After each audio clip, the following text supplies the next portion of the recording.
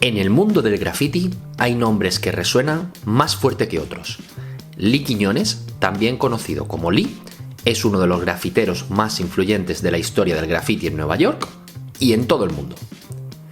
Actualmente, Lee es una figura importante tanto en el mundo del arte contemporáneo como en los círculos de la cultura popular, produciendo un trabajo que está lleno de contenido sociopolítico provocativo.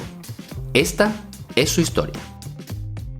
George Lee Quiñones nació en Ponce, Puerto Rico, en 1960. Lee se mudó con su familia al Lower East Side de Nueva York a los 3 años de edad y comenzó a pintar graffiti en las calles de la ciudad a los 12 años, junto con su primo, Fase 2.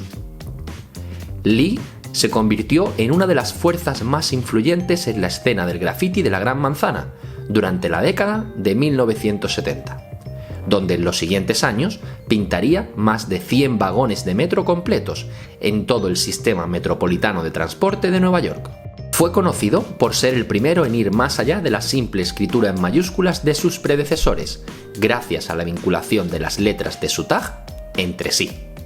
Sin embargo, su impacto trasciende las fronteras de Nueva York y se ha convertido en una leyenda en todo el mundo.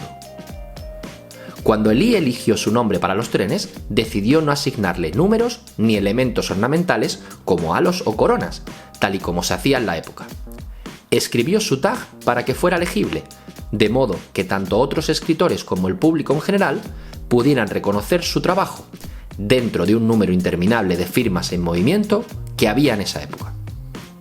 Eligió su segundo nombre, Lee, no solo porque era corto e interconectado, lo que resultaba en firmas súper rápidas, sino para crear una apariencia propia que actuara más como una firma al final de algo más grande.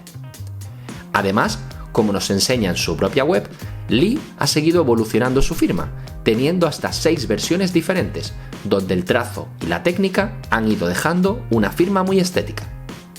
Sin embargo, para esas piezas en los trenes y las paredes, sus letras tuvieron que cambiar de forma, de firmas rápidas y temblorosas, pasaron a elementos imponentes. Al final, firmar con su nombre no solo le permitió decir «yo estuve aquí», ante gente que no valoraba ni consideraba su existencia, sino que Lee existía fuera de sus propias obras maestras. Poco a poco, con su habilidad y estilo únicos, Lee comenzó a ganar reconocimiento y respeto en la escena del graffiti de Nueva York. Primero, porque seguía las huellas de sus predecesores, y también porque respetaba el código fijado por la Old School, los pioneros del graffiti. Quiñones solía agregar mensajes poéticos en sus piezas, como «El graffiti es arte y si el arte es un delito, por favor, Dios, perdóname». Lee destacó por el uso de letras con una técnica única de sombreado y dimensiones, que llamó la atención de muchos. Su trabajo apareció en numerosas exposiciones de arte y galerías, y fue uno de los primeros artistas de graffiti en ser contratado por una marca importante para crear una campaña publicitaria.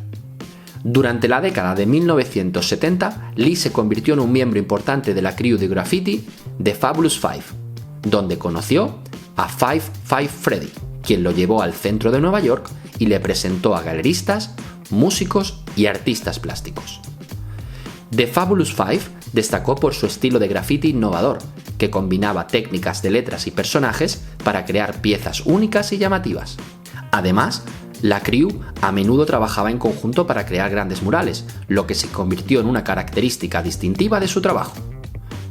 A finales de 1975, Lee pintó su primer tren largo, alrededor de 13 metros. Y meses después, en noviembre de 1976, pintó una de sus obras maestras, 10 vagones completos, donde Lee fue el principal escritor en uno de los primeros trenes que circuló en Nueva York, junto con Doc, Mono y Slave, los miembros principales del equipo de Fabulous Five, que también incluía a Dirty Slug. La crew también fue conocida por su papel en la popularización del graffiti en la cultura popular. Varios de sus miembros, incluido Lee, aparecieron en el documental de 1983 Style Wars, que ayudó a exponer el graffiti a una audiencia más amplia y popular. Y en Station of the Elevated, documental que tienes en el canal, podemos ver muchas de sus piezas. Lee también aparece en el vídeo Rapture de Blondie y en la película Downtown 81 sobre Jean-Michel Basquiat. Además, Lee pintó el famoso anfiteatro que sale en la película Wild Style, donde el propio Lee y Lady Pink tuvieron el papel de protagonistas de la mítica película de graffiti, momento en el que eran pareja tanto en la vida real como en la película. Wild Style sirvió como modelo para los movimientos emergentes de hip hop, graffiti y street art, y para dar visibilidad a la exposición en galerías y el futuro del movimiento. En 1978, Lee pasa la mayor parte de las noches al pie del puente de Brooklyn, transformándolo en una galería de arte a cielo abierto, llegando a comentar: "Mi idea era crear arte sin referencias a la historia del arte tradicional, porque mi obra también era una página de esta historia, y la estaba escribiendo". El trabajo de Lee se caracteriza por la representación de personajes como extraterrestres, robots y animales fantásticos, así como por la creación de paisajes urbanos, imaginativos y coloridos. Se inspira en la vida cotidiana y en la cultura popular, y su paleta de colores evoca a menudo a la naturaleza, con colores como el ocre tierra, el azul o el celeste, y el conjunto es en general más neutro que el usado por otros escritores. Su pintura es el cruce de la cultura hip hop y el rock punk, donde suele incluir sus famosos mensajes o alegorías. De hecho, la aparición de numerosas figuras humanas en su obra hace recordar a la tradición de los muralistas de México y América del Sur. Además del graffiti, Lee también trabajó en proyectos de arte público, creando murales en edificios y espacios públicos en todo el mundo. A finales de 1979, el marchante de arte italiano Claudio Bruni adquirió varias piezas de lienzo de Lee, lo que generó su primera exposición en la Galería Medusa de Roma, con tan solo 19 años. Para la gente de fuera de Nueva York, era su primera incursión con el graffiti. Un año después, Lee tuvo su primera exhibición en Nueva York, en White Columns, marcando el comienzo de una era importante cuando la pintura en aerosol hizo la transición de objetos en movimiento a lienzos estacionarios. Su obra fue incluida en la crítica Times Square Show en 1980, éxito del arte del graffiti para American Fashion Moda, el show New York New Wave y en Documenta 7 en Kassel, Alemania. A pesar de su gran éxito en el mundo del graffiti, Lee también ha enfrentado algunos desafíos. En 1980 fue arrestado y condenado por su participación en el graffiti en el metro de Nueva York, lo que le obligó a retirarse de la escena del graffiti durante varios años. Sin embargo, Lee continuó trabajando en su arte y eventualmente regresó al mundo del graffiti y del arte público. Sus cuadros y creaciones se han exhibido en el East Village, USA, en el New Museum of Contemporary Art, The S-File en el Museo del Barrio y Looking at Music 3.0 en el Museo de Arte Moderno, por destacar alguno de los más importantes.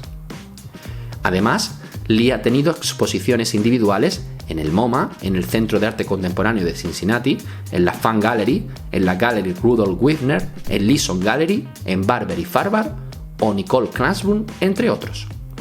Asimismo, las pinturas de Quiñones se encuentran en las colecciones permanentes del Museo Whitney de Arte Americano, el Museo de Arte Moderno, el Museo de Brooklyn o el Museo de la Ciudad de Nueva York, y en otros lugares fuera de Estados Unidos, como el Museo Groninger o el Museo Boijmans van Beuningen en Rotterdam.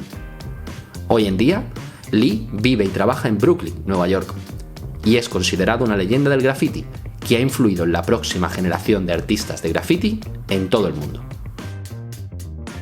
Hasta aquí este recorrido por la historia de Lee, que por su creatividad, técnica y estilo y su intenso trabajo en el metro de Nueva York, ha dejado una huella duradera en la historia del graffiti y del arte urbano. Esperamos que os haya gustado este vídeo. Si es así, déjanos un like o un comentario para que sigamos creando nuevo contenido. Y no olvides suscribirte al canal y activar la campanita para no perderte los próximos vídeos. Nos vemos muy pronto. ¡Hasta luego!